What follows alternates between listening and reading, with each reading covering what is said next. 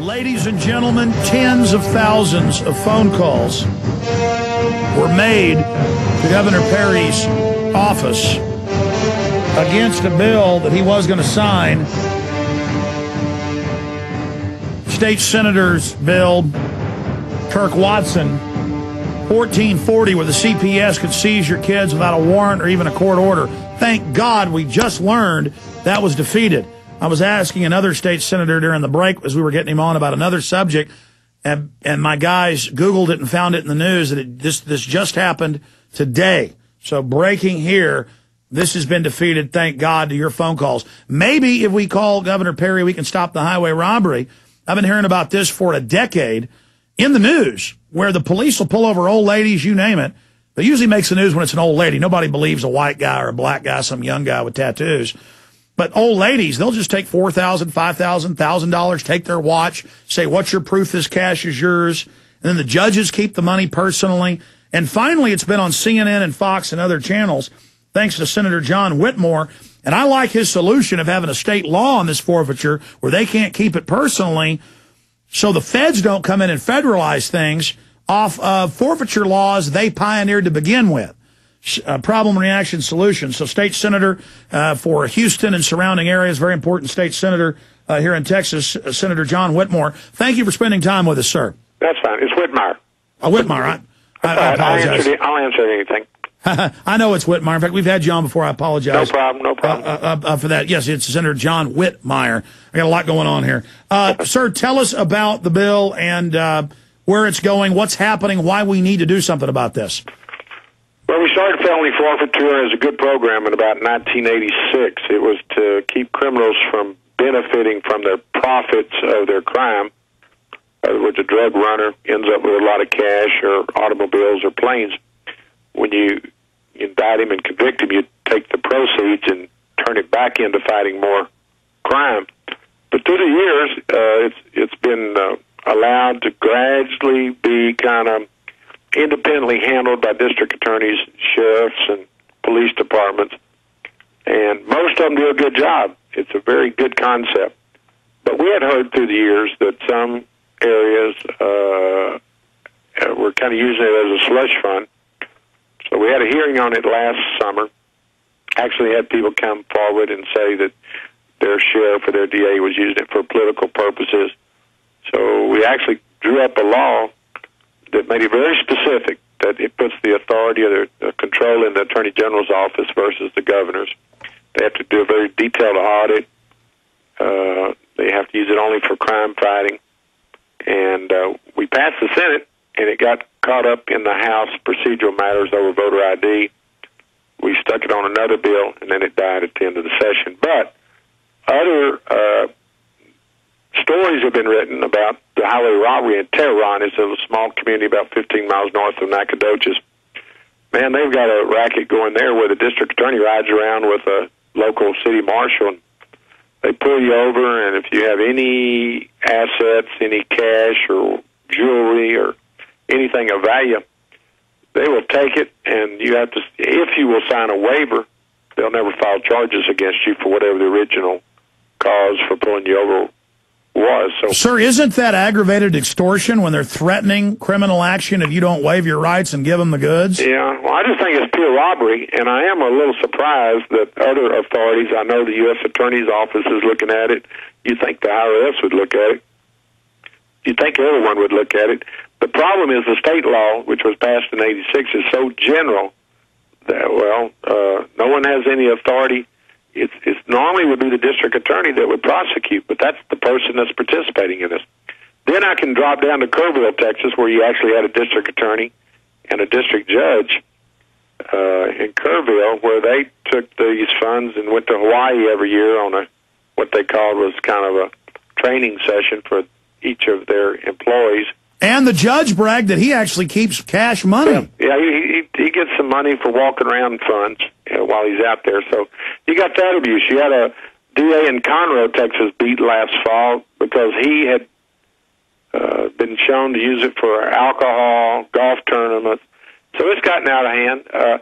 Let me tell you another impact it has on actually how you enforce and carry out the laws. Between Houston and the Mexican border, you obviously have a lot of dope going north, but you got a lot of cash going south. We've had testimony that some departments are much more persistent on trying to stop people going south with their money than they are north with the dope. So the abuses of this program are outrageous, but they're also impacting how people fight crime. Let the dope come through, but stop the cash going south. Well, what's amazing to me is when I see these CNN reports, mainly, there's obviously been a lot of Texas reports and a few other national news. They go and interview these judges and police and district attorneys, and they go, yeah, I'm keeping the money. Law says I can do it because it's so broad, and I guess they've been boss hogging around. These guys even look like boss hog. I mean, it really makes Texas look bad, and obviously you've been making that point. Is there any end in sight? Because it seems like the heat you're putting on them, Senator, is doing a little bit, but it seems like it's still going on to a certain extent. Well, it's keeping honest people honest. Like I said, most of the departments do a good job. There are some borderline cases of the good departments using excessive amount of the funds, in my judgment, for personnel. Instead of the county commissioners funding the sheriff's office or the court, they have now become so dependent on these funds that, in my judgment, that's not what it was intended. It's supposed to supplement what your orderly operations would be.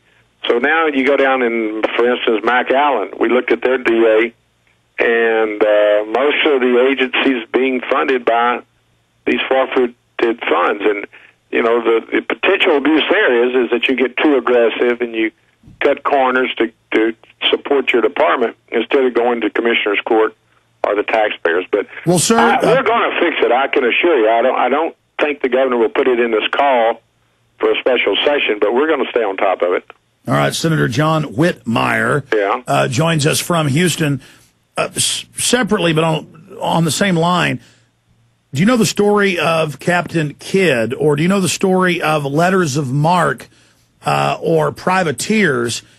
Throughout history, whenever they do this, and I know you're saying good idea at the beginning, it always turns into tyranny to have these letters of marque, these privateers, and that's what it turns the police into, like you said, funding themselves off this, to the point of they just set up whole checkpoints, violate the Fourth Amendment, start searching everybody's cars, they pull over families, tear their cars apart, because they're going to get promoted. They're going to get bigger checks. A lot of the narcotics officers get to drive the Corvettes and Tahoes and Escalades they seize. I've grown up in Dallas. In our neighborhood, there were FBI agents that lived in drug-seized mansions. And so this has been out of control for a long, I mean, I'm sure you know about Dallas, where the cops would throw the bags of chalk in the backs of cars. Yeah, I'm familiar with that. So, I mean, it's nothing worse than a corrupt police agency or the people that prosecute the law. I mean, you know, if you can't depend on them, who can you depend on or trust? And like you and I, in my judgment, I won't speak for you, most do a good job.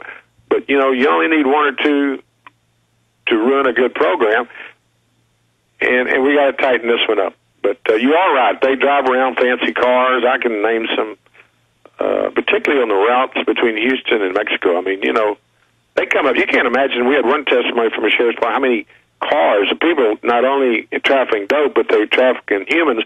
And when they're pulled over, everybody runs for the brush, and they leave a car there. And we got some agencies that have hundreds of cars, and, you know, they actually had a law where they could give some away to the other county departments. But, you know, there's got to be some accountability. It's got to be done for the right purposes, and none of these shakedowns or highway robberies, which is essentially what it is. And the guys in Kerrville, if that's not stealing, putting money in their pocket, I've never heard of. If that ain't stealing, there's no stealing. I don't know why the IRS doesn't go after them for just putting money in their pockets.